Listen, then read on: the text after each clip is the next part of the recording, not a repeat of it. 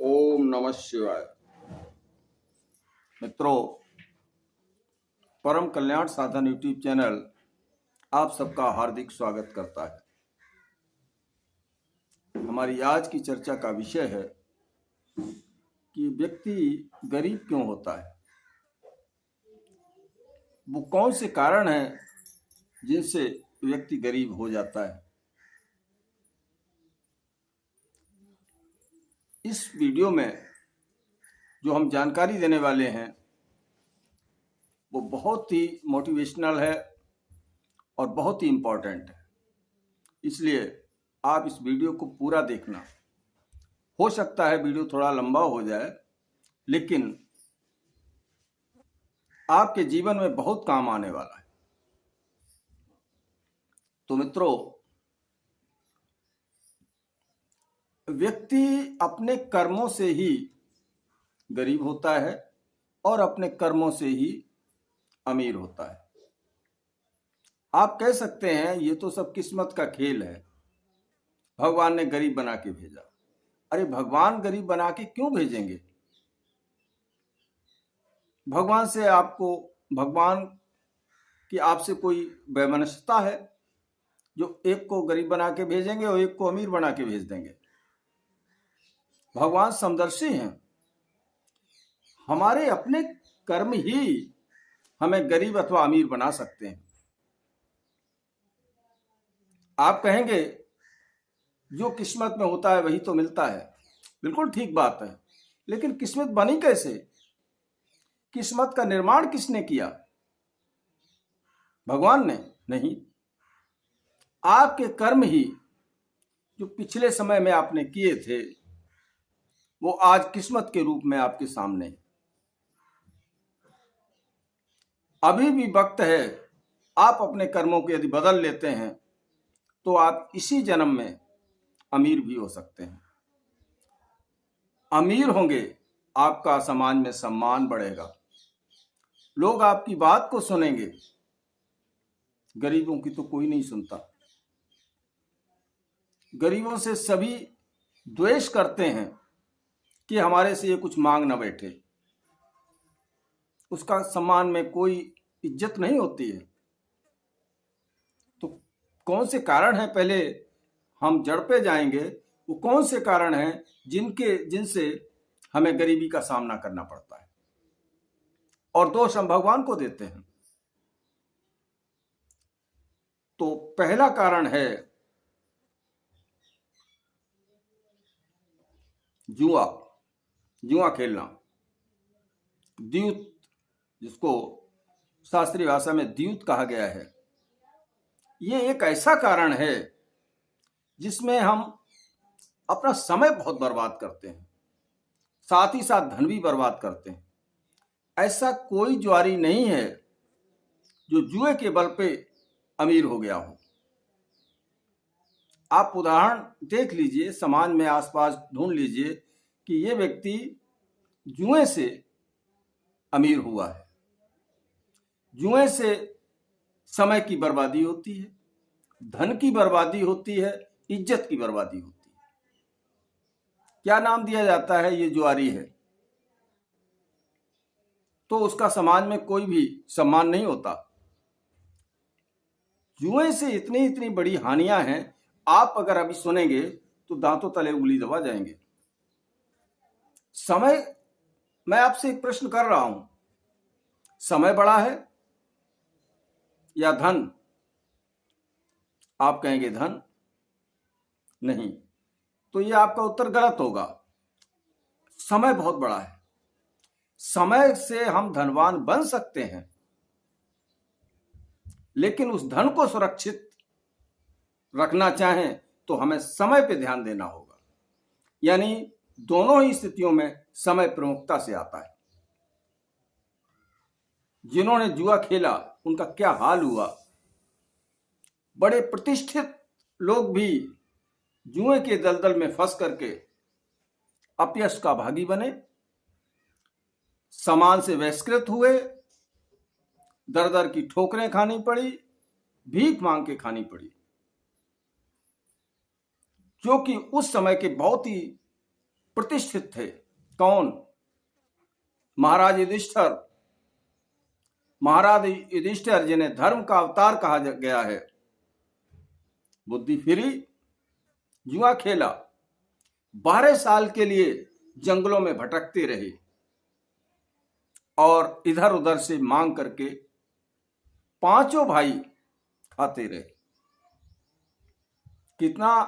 कितनी विपत्तियां झेलनी पड़ी उन्हें उस वनवास काल में, आप सब जानते हैं, सब पड़ा हुआ है। क्या हम उनके स्तर के हैं? क्या हम जुआ खेलेंगे तो हम उससे बच पाएंगे? नहीं बच पाएंगे। जिनके साक्षात सहायक भगवान श्री कृष्ण थे, हम तो भगवान का नाम भी नहीं जानते हैं। हमें किसकी साधना करनी है, किसकी उपासना करनी है, किसकी आराधना करनी है, हम कुछ नहीं जानते हैं। तो हमारी क्या हालत हो सकती है, आप विचार कर लीजिए। आपने एक चीज देखी होगी, वीडियो में, चैनल में आप देखते हैं, जब आप चैनल देखना शुरू करते हैं, वीडियो देखना शुरू करते हैं, तो 5 सेकंड के लिए एक विज्ञापन आता है, कोई कंपनी विज्ञापन देती है। उसके बदले में वो चैनल का मालिक कितना पैसा लेता है? करोड़ों रुपए लेता है, और उस 1 सेकंड की कीमत के लिए करोड़ों रुपया वो अर्जन कर लेता है। तो कितनी कीमत हुई? 1 सेकंड की कितनी कीमत हुई? कभी अंदाज किया है? कभी सोचा है आपने? नहीं ना। तो गरीबी किसके ऊपर आएगी? जुआ खेलने से धन की बर्बादी होती ही, इज्जत भी दांव पर लग जाती है। क्या द्रौपदी की इज्जत दांव पर नहीं लगी थी? वो तो भगवान श्री कृष्ण ने उन्हें बचा लिया था। तो सबसे गलत चीज है द्यूत क्रीड़ा, जुआ खेलना। आज जुआ है, सट्टा है, लॉटरी है, बहुत से अलग अलग नाम दे दिए गए हैं, है सब द्यूत ही। तो इनसे अपने को बचा के रखिए। अगर आप चाहते हैं कि हम अपने इसी जीवन में अमीरी को प्राप्त करें, समाज में सम्मान प्राप्त करें, तो अगर आप जुआ खेलते हैं तो आप इसे तुरंत बंद कर दीजिए। बहुत बड़ी चीज है ये। समय कभी दोबारा नहीं आता। एक बार समय निकल गया, आज का दिन है, माना आज मंगलवार है और तारीख है आज 16। ये 16 अप्रैल क्या जीवन में आप प्राप्त कर पाओगे? नहीं कर सकते हो। ये पीढ़ियां गुजर जाएंगी, हजारों सालें गुजर जाएंगी, तब भी आप 16 अप्रैल 2024 आपके जीवन में लौट करके नहीं आएगी। आप हमारे साथ जो समय है उसकी प्रक्रिया तो देख लीजिए। कभी आप बचपन में थे, फिर जवान हो गए, और युवावस्था प्राप्त करने के बाद क्या आप वापस उस बचपन की अवस्था में जा सकते हो? क्या उसी समय में प्रवेश कर सकते हो? नहीं कर पाओगे। बुढ़ापा आ गया, मृत्यु का समय आ गया, क्या आप 1 सेकंड के लिए भी अपनी मृत्यु को टाल पाओगे? नहीं टाल पाओगे ना। तो समय की कीमत समझें। और धन समय से ही प्राप्त किया जा सकता है। अगर आपने समय का सदुपयोग कर लिया तो आपको अमीर होने से कोई नहीं रोक सकता। समय की कीमत धन से बहुत बड़ी कीमत है। समय से धन प्राप्त किया जा सकता है, लेकिन धन से समय वापस नहीं लौटाया जा सकता। ये हुई एक बात। वीडियो लंबा होता जा रहा है, शॉर्ट में बोलूंगा। दूसरा है नशा। जो व्यक्ति नशा करता है वो क्या क्या खो देता है। सबसे पहले अपना धन खोता है, समाज में सम्मान खो देता है, अपना स्वास्थ्य खो देता है, घर में लड़ाई झगड़े हो जाते हैं, और कभी कभी उस नशे की हालत में वो ऐसे कार्य कर देता है जिन्हें दोबारा वो कभी नहीं पा सकता। गुस्से में आकर के, नशे में आकर के ज्ञान तो चला जाता है, विवेक रहता नहीं है, वो किसी की हत्या कर देता है। ऐसी स्थिति में क्या होता है, वो जेलों में जाता है, वहां जाकर के सड़ता है। अमीर बन पाएगा वो? क्या भगवान ने उसे नशा करना सिखाया? ऐसा बिल्कुल नहीं है। व्यक्ति अपने कर्म करने में स्वतंत्र है, तो यदि वो उस आदत को छोड़ना चाहे तो उसके लिए भी वो स्वतंत्र है। आपको मालूम है, भगवान कृष्ण का जो वंश था वो उस समय सभी वंशों में शिरोमणि था। एक गलती कर दी, शराब पी और शराब पी के आपस में लड़े, और 56 करोड़ यदुवंशी भगवान श्री कृष्ण के देखते देखते मारे गए। अगर भगवान करते, कुछ हस्तक्षेप करते, तो क्या बदल सकते थे? नहीं बदल सकते थे, क्योंकि उन्होंने तो स्वतंत्रता दे रखी है कर्म की, तो फल तो मिलना ही मिलना है। और उसकी फल की क्या परिणति हुई? फल किस रूप में मिला? सबकी मृत्यु। 56 करोड़ यदुवंशियों का नाश हो गया। तो आप विचार कर लीजिए, नशा हमारे साथ क्या क्या करता है। अगर ये पहला द्यूत था, दूसरा हुआ नशा, इस नशा को यदि आप छोड़ दें तो उससे जो धन बचेगा, समय की बर्बादी बचेगी, वो धन आप अपने किसी रचनात्मक कार्य में लगा करके और अधिक धन प्राप्त कर सकते हैं। ठीक है। इसी तरीके से तीसरा कारण है चरित्र। जो व्यक्ति चरित्रहीन है, कैरेक्टर लूज है,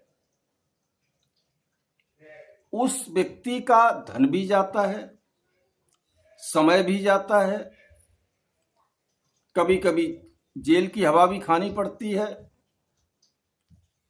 परिवार भी पूरा नष्ट हो जाता है।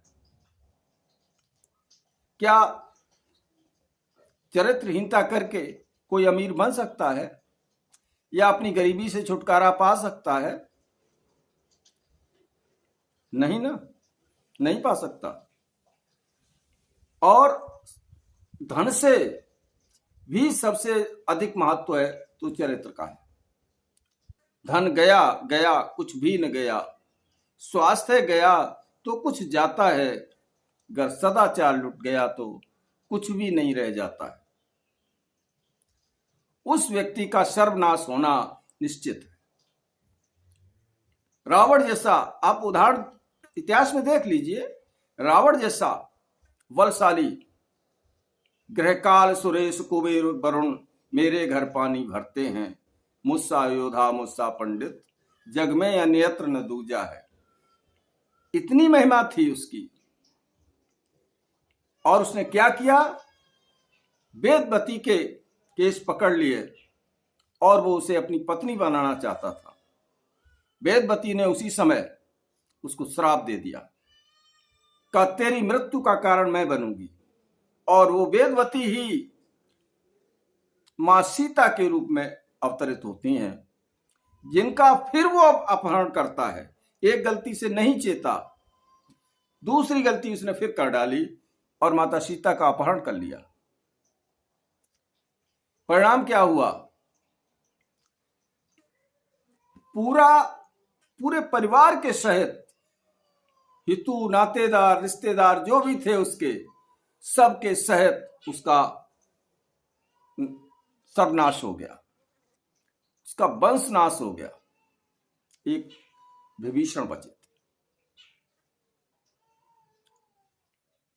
जो कि उसकी विमाता के पुत्र थे। ठीक है, तो जब रावण जैसा बलशाली व्यक्ति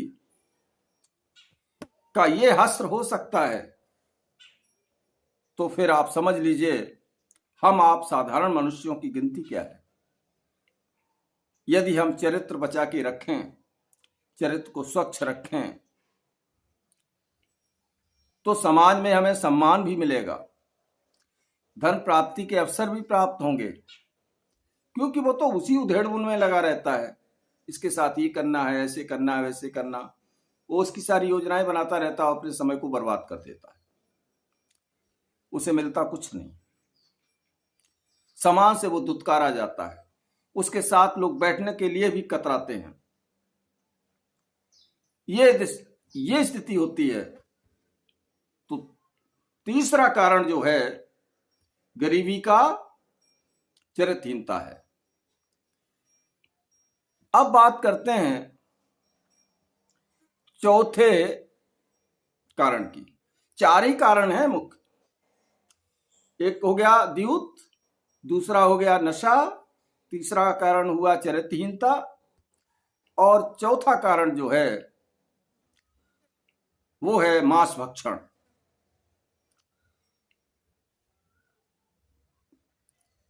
मांस भक्षण के विषय में कुछ लोग तर्क देते हैं कि मांस खाना चाहिए, कुछ लोग तर्क देते हैं कि मांस नहीं खाना चाहिए। इनमें सही कौन है, इसका निर्णय आप करेंगे। थोड़ी व्याख्या मैं किए देता हूं।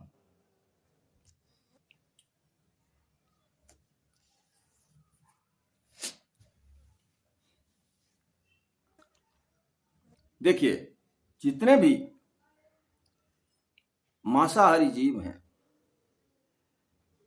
उनके जो दांत होते हैं दो, वो मांस को फाड़ने के उद्देश्य से होते हैं। कुछ मांसाहारी जीवों के अंदर गिजर्ड होता है, एक विशेष अंग होता है जो उस कच्चे मांस को पचाता है। मनुष्य में वो नहीं होता, मनुष्य में वो दांत भी नहीं होते। अब अगला अंतर, मांसाहारी जीव जुगाली नहीं करते और शाकाहारी जीव, मनुष्य को छोड़ करके शाकाहारी जीव सभी जुगाली करते हैं। ठीक है, मांसाहार के बारे में लोग तर्क देते हैं कि जो हम अन्न खाते हैं उसमें भी तो अन्न के दाने दाने में जीव होता है। बिल्कुल होता है, मना कौन कर रहा है। लेकिन जब आप किसी मुर्गी को या किसी बकरी को आप मारते हो तो उसके अंदर तड़प होती है, वो तड़पती है, उस कष्ट का एहसास करती है, उसका प्राण जागृत होता है, एहसास करने वाली इंद्रियां होती हैं उसकी। लेकिन जब हम साग सब्जी, दाना, गेहूं, चावल, जो कुछ भी खाते हैं, वो उनको एहसास नहीं होता, और जिसको जितना ज्यादा एहसास होता है उसको मारने से उतना ज्यादा पाप लगता है। जल तत्व की प्रधानता होती है हमारे भोजन में। जो परमात्मा ने हमारे लिए शाकाहार मुकर्रर किया है उसके अंदर जल तत्व की प्रधानता है। बुद्धि तत्व उसके अंदर होता नहीं है, जिससे उसे अपने दुख दर्द का एहसास हो, तो पाप भी बहुत कम लगता है। हालांकि ऐसा है कि शाकाहार करने से भी पाप बनता है, लेकिन ये इतना हल्का होता है कि यदि हम भगवान की साधना उपासना आराधना करते हैं तो उससे ये नष्ट हो जाता है, ये पाप नष्ट हो जाता है। लेकिन किसी जीव को मार करके जब हम खाते हैं तो इसका पाप नष्ट नहीं होता। फिर अगर आपने किसी की जान ली है तो आपको अपनी जान देनी पड़ जाएगी। जान के बदले जान, कान के बदले कान आपको देना पड़ेगा। ये कर्मों का सिद्धांत है, इससे आप बच नहीं सकते। पैसा भी अधिक खर्च होता है, समाज में बेइज्जती भी होती है, क्योंकि हम ऐसे देश में रहते हैं जहां हमारे शास्त्रों ने हमें मांस खाने की आज्ञा भी नहीं दी है। और अगर हम शास्त्रों की बात की अवज्ञा करते हैं तो हम अपराधी होते हैं, तो हमें आगे के लिए सजा मिलती है, और वो सजा बहुत भयंकर होती है। यहां भी सजा मिलती है और परलोक में भी सजा का विधान है उसके लिए। मान लीजिए आपने अपने जीवन में 100 जीवों का मांस खाया है, उनको मार करके, तो 100 बार आपको मरना पड़ेगा। 100 जन्म आपके इसीलिए दिए जाएंगे, और हर जन्म में एक ही बार तो मृत्यु होती है, तो एक बदला सिर्फ चुकाया जाएगा, 99 बाकी रहेंगे, फिर आपको जन्म दिया जाएगा। तो जन्म और मरण आपका कभी समाप्त नहीं हो सकता। ठीक है। इसके अलावा भी बहुत बड़े नुकसान हैं इससे। आपको मैं बता दूं एक रहस्य की बात, जो व्यक्ति मांसाहार अधिक करता है या कम करता है, आदत बन चुकी है उसकी, वो मांस खाएगा ही खाएगा, तो उसे परमात्मा मांसाहारी जीव की योनि में उसको जन्म देंगे। कुत्ता बना देंगे, बिल्ली बना देंगे, शेर बना देंगे, चीता बना देंगे, ताकि वो अपनी इस वासना की पूर्ति बड़े आसानी से कर सके। रईस तो वो कभी नहीं हो सकता, अमीर तो अपने जीवन में कभी नहीं हो सकता, क्योंकि कलयुग जो है वो यहां पर जो 4 कारण बताए हैं, जहां पर ये मिल जाते हैं वहां कलयुग का वास है। तो ये कारण हुए, यदि इनमें से हमारे पास एक भी कारण है, फिर एक चीज और मैं बता दूं, वो छूट जाएगी। जिस जीव को मारा जाता है उस जीव की आत्मा आपको श्राप देती है, उसकी आपको हाय लग जाती है, और किसी भी जीव की हाय अगर लग जाए तो स्वयं परमात्मा भी उसके जीवन में सुख नहीं ला सकते, वो हाय को समाप्त नहीं कर सकते, उसके बदले में उसे सजा भोगनी ही पड़ेगी। तो ये कुछ कारण थे, ये 4 प्रमुख कारण ऐसे हैं, यदि व्यक्ति इन पर कंट्रोल कर ले तो उसे अमीर होने से कोई नहीं रोक सकता। और गरीबी के ये 4 कारण ही प्रमुख हैं। अगर आप तरक्की करना चाहते हैं अपने जीवन में, समाज में सम्मान प्राप्त करना चाहते हैं, लोग आपकी तरफ ध्यान दें, लोग आपकी बात सुने, आपकी बात माने, तो आपको चाहिए कि इन 4 कारणों को अपने जीवन से बाहर निकाल दें। पहला द्यूत यानी जुआ खेलना, जुआ, सट्टा, लॉटरी, ये सब एक ही में आते हैं। तो जुआ, दूसरा नशेबाजी, तीसरा चरित्रहीनता, और चौथा मांस भक्षण। अगर आपके जीवन में इनमें से कोई भी है, कोई भी कारक है, तो आपकी गरीबी को मिटाने में भगवान भी समर्थ नहीं है। गरीबी के साथ साथ आने वाला जो आपका अगला जन्म है वो इससे भी बदतर स्थिति में हो सकता है। इसलिए इन 4 कारणों को यदि हमारे आपके जीवन में हैं तो इन्हें निकालना ही पड़ेगा। जीवन में इनका कोई स्थान नहीं देना है। आज की बात समाप्त। आशा करता हूं कि जो जानकारी मैंने अभी आपको उपलब्ध कराई है, ये हम आप सबके लिए बड़ी उपयोगी होगी। इसलिए इस वीडियो को आप अधिक से अधिक शेयर कर दें और स्वयं इस वीडियो को लाइक करें।